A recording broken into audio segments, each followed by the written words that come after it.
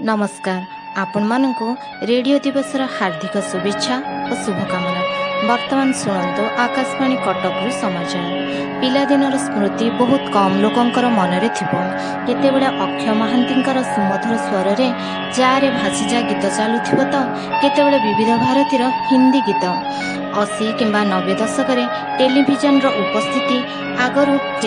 उपस्थिति आगरू रेडियो गोटे माध्यम पलटिथिला ज्ञान आहरण करने और मनोरंजन बहुत मध्यवयस्क लोकंकर क्रिकेट प्रति थिबा आकर्षण को रेडियो बहुत सहयोग करथिला। आमर पुराना फोटोग्राफी रे रेडियो धरी छिड़ा हबार अनेक फोटो मिल जिवो। पिके रे आमिर खान मध्य एथिरु बाद पड़ी नाहंती। गोटे पुष्करणीर तटरे मार्कनिंकर जलर तरंग को देखि रेडियो उद्भावन करिवार चिंता आजिर रेडियोर पाक संस्करण को आनिथिला। द्वितीय विश्वयुद्ध समय रेडियोर भूमिका बहुत गुरुत्वपूर्ण थिला। एसबु सामरिक बाहिनी रे विस्तृत भावे प्रयोग होउथिला।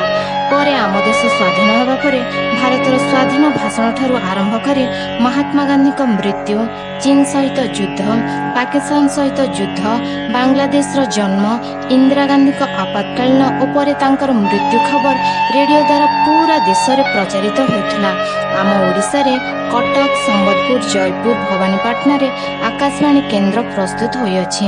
एहा पूर्वर बहु प्रभावशाली लोकंक पृष्ठपोषकतार कलाकार आज समाज को देछि। हजि जाइथिबा कला और संस्कृति को प्राधान्य दे यार प्रसार करने सहित अनेक सुनामधन्य कलाकार आपण निकटरे पहुंची किंतु समयर प्रभाव केमिति रेडियो से ध्वनि शुभुना। इंटरनेट और टीवी परदा भितर रेडियो ताहार आज अस्तित्व